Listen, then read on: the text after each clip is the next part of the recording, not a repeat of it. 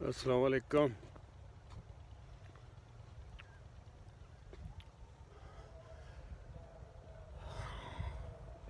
मैं एक ज़माने की गल सुनावां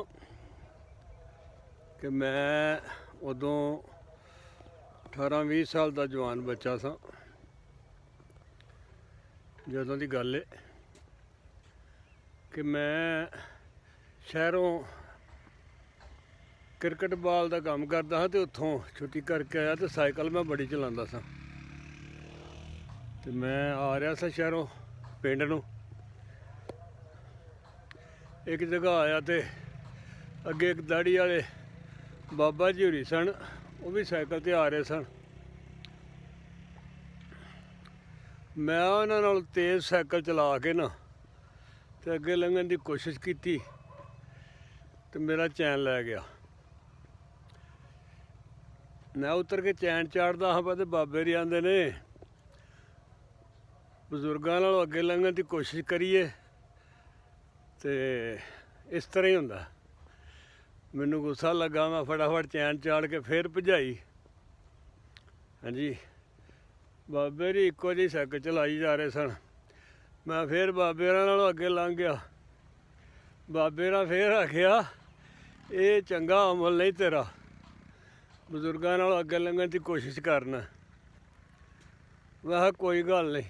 उत्थे गया तो फिर चैन लै गया, फिर चाड़िया।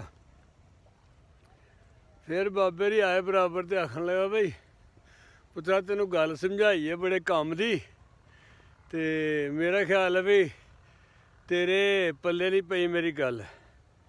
मैं बाबा जी गल पल्ले पई है पर पता नहीं क्यों मैं इंज करना पिया।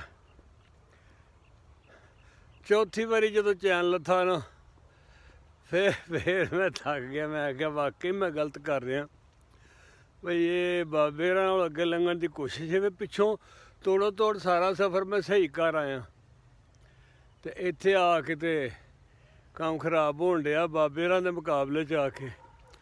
सो गल ये वे बजुर्गों का मुकाबला या उन्हां नालों बाजी जितन की कोशिश ये नहीं करनी चाहिए।